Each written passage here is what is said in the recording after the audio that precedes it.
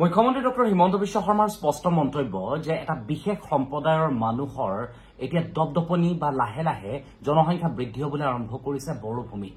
এই বিশেষ সম্প্ৰদায়টোৰ যদি জনসংখ্যা এনেদৰে বাঢ়ি গৈ থাকে তেতিয়াহ'লে বড়োভূমিৰ জনগাঁথনি সম্পূৰ্ণৰূপে সলনি হৈ পৰিব আৰু বড়ো ভাইসকলে ইমান দিনে যে ত্যাগ, ইমান দিনে যে আন্দোলন কৰিছিল সেই আন্দোলনৰ কোনো অৰ্থ নাথাকিব। বড়োভূমিক লৈ মুখ্যমন্ত্ৰীয়ে এই কথা ক'বলগীয়া হৈছে সেই সময়ত যিটো সময়ত বড়োভূমিত বৰ্তমান নিৰ্বাচনৰ বতাহ বলিছে। নমস্কাৰ, মোৰ নাম শ্ৰী ৰাবুনয়ন কোঁৱৰ আৰু আজি মই আপোনালোকৰ সৈতে আলোচনা কৰিবলৈ গৈ আছো বড়োভূমিৰ বৰ্তমানৰ নিৰ্বাচনৰ পৰিৱেশ সন্দৰ্ভত।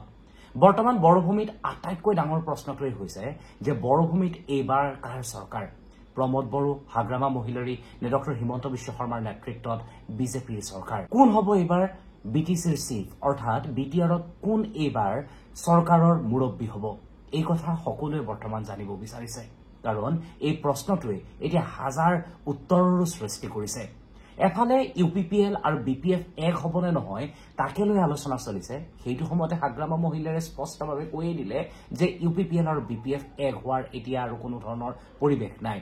হাগ্ৰামা মহিলাৰী বহু অপেক্ষা কৰিছিল বুলি তেওঁ ইতিমধ্যে মন্তব্য কৰিছে, দেখিবলৈ পোৱা গৈছে। বহু সভাত তেওঁ এইটো কথাও কৈছিলে যে প্ৰমোদ বড়োৱে মোবাইলত, প্ৰমোদ বড়োৱে টেলিভিশ্যনত কৈ থকাৰ সলনি হাতে কামে লাগক আৰু হাতে কামে লাগি UPPL আৰু হাগ্ৰামা মহিলাৰী এক হওক আৰু বড়ো জনগোষ্ঠী জনতাৰ বাবে এই দুয়োটা দল এক হৈ এটা দল হওক আৰু চৰকাৰ গঠন কৰক বা নিৰ্বাচন খেলক।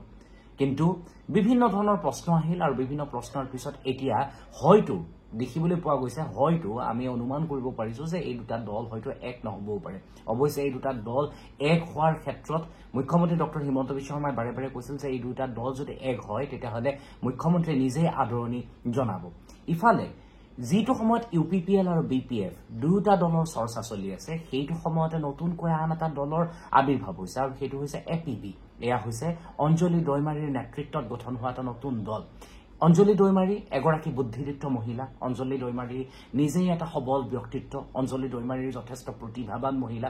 গতিকে অঞ্জলি দৈমাৰীৰ নেতৃত্বত অৰ্থাৎ প্ৰাক্তন NDFBৰ যিগৰাকী মুৰব্বী তেওঁ হৈছে ৰঞ্জন দৈমাৰী আৰু ৰঞ্জন দৈমাৰীৰ ভগ্নী অঞ্জলি দৈমাৰীৰ নেতৃত্বত এই বিশেষ ৰাজনৈতিক দলটো গঠন কৰা হৈছে।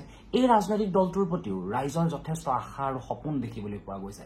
গতিকে আগন্তুক নিৰ্বাচনৰ 40খন আসনত সৰ্বাধিক কোনে হাঁহি বিৰিঙাব পাৰে বা কোনে আচলতে জয়লাভ কৰিব পাৰে সেইটো এতিয়া সকলোৱে জানিব বিচাৰিছে।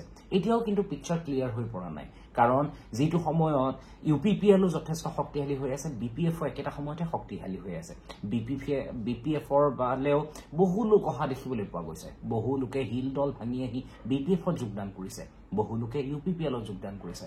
আমি যদি একদম প্ৰথমৰ পৰা চাওঁ তেতিয়াহ'লে আপোনাৰ নিশ্চয় মনত আছে, আমি যেতিয়া সৰু আছিলো তেতিয়া কোকৰাঝাৰ বন্ধ হৈ থকাৰ খবৰে লাভ কৰোঁ। কোকৰাঝাৰত হিংসা হত্যা এইবোৰৰ খবৰে লাভ কৰোঁ। টায়াৰ জ্বলাই প্ৰতিবাদ কৰা, ৰাজপথত একাংশই অৰণ্যত থাকি প্ৰতিবাদ কৰা, এইবোৰ খবৰে বাতৰি কাকতত আমি পঢ়িবলৈ পাইছিলো। বিভিন্ন সময়ত টেলিভিশ্যনত বা দূৰদৰ্শনত সন্ধিয়াৰ বাতৰিত আমি শুনিবলৈ পাইছিলো। লাহে লাহে বড়োভূমিৰ পৰিৱেশ শান্ত হ'ল। বড়োভূমি প্ৰগতি, উন্নতি, বিকাশ আৰু বড়ো জনসাধাৰণৰ চিন্তাৰ দ্বাৰা এক উন্নয়নৰ জখলাত আগবাঢ়িবলৈ আৰম্ভ কৰিলে। হাগ্ৰামা মহিলাৰীৰ চৰকাৰ আহিল। হাগ্ৰামা মহিলাৰীৰ চৰকাৰৰ সময়ত যথেষ্ট ইনফ্ৰাষ্ট্ৰাকচাৰৰ ডেভেলপমেণ্ট হ'ল। ৰাইজে ৰাস্তা ঘাট, সুন্দৰ সুন্দৰ ৰাস্তা ঘাট দেখিবলৈ পালে। ইয়াৰ পিছত প্ৰমোদ বড়োৰ চৰকাৰ আহিল আৰু প্ৰমোদ বড়োৰ চৰকাৰৰ ক্ষেত্ৰত খুব চিষ্টেমেটিক হ'ল বস্তুবোৰ। মানুহবোৰে এইটো কথা খুব ভালদৰে ক'লে যে প্ৰমোদ বড়োৰ দিনত বস্তুবোৰ চিষ্টেমেটিক হৈছে, হাগ্ৰামা মহিলাৰ দিনত ইনফ্ৰাষ্ট্ৰাকচাৰ ডেভেলপমেণ্ট হৈছে। আৰু এইবাৰ এতিয়া নিৰ্বাচনত কোনে জয়লাভ কৰিব? এফালে শক্তিশালী ৰূপত আছে বিজেপি, কাৰণ ডক্টৰ হিমন্ত বিশ্ব শৰ্মাই এটা কথা কৈছে যে হাগ্ৰামা মহিলাৰী জিকিলেও বা বড়ো জিকিলেও কামটো বিজেপিৰ লগতেই কৰিব লাগিব, তেতিয়াহ'লে ডাইৰেক্ট বিজেপিকেই ভোট দিয়াটো ৰাইজৰ বাবে প্ৰয়োজন। এনেধৰণৰ মন্তব্য মুখ্যমন্ত্ৰীয়ে কৰিছে। ইফালে আটাইতকৈ ডাঙৰ কথা, এজন ৰাজনৈতিক নেতা, তেওঁৰ নামটো মই নকওঁ বাৰু, তেওঁ বিজেপিৰ দুৰ্ঘৰ বিৰোধী। বিজেপিৰ দুৰ্ঘৰ বিৰোধিতা কৰি তেওঁ বিজেপি বুলি এটা শব্দ উচ্চাৰণ কৰিছিলে এখন সভাত আৰু লগে লগে ৰাইজে জিন্দাবাদ ধ্বনি দিছিলে। তাৰমানে বিজেপিৰ বতাহো এতিয়া বড়োভূমিত বলিবলৈ আৰম্ভ কৰিছে।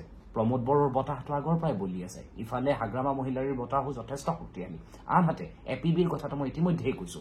তাৰ উপৰি এইবাৰ ABMCয়ে শেহতীয়াভাৱে ঘোষণা কৰিছে, ABMCৰ সভাপতি টাইছন হুছেইনে আজি দুদিন আগতে ঘোষণা কৰিছে যে এইবাৰ 5টা সমষ্টিত সংখ্যালঘুৰ প্ৰগতি উন্নতিৰ কথা চিন্তা কৰি এবিএমছুৱে প্ৰাৰ্থী নিক্ষেপ কৰিব আৰু এবিএমছুৱে নিৰ্বাচনত অৱতীৰ্ণ হ'ব অৱশ্যে তেওঁলোকে পিছলৈকে খেলিব নে নেখেলে সেই কথা এতিয়া স্পষ্টভাৱে ক'ব পৰা নাযায় কিন্তু সংবাদমেলখন চাই এনেকুৱা লাগিছে যে তেওঁলোকে নিৰ্বাচনত এইবাৰ সক্ৰিয়ভাৱে অংশগ্ৰহণ কৰিব এতিয়া এইটোৱেই ডাঙৰ বিষয় যে বড়োভূমিত এইবাৰ কাৰ চৰকাৰ যদি ইউপিপিএল আৰু হাগ্ৰামা মহিলাৰী একো হয় তেতিয়াহ'লে কোন হ'ব চিফ ধৰি লওক হাগ্ৰামা মহিলাৰী আৰু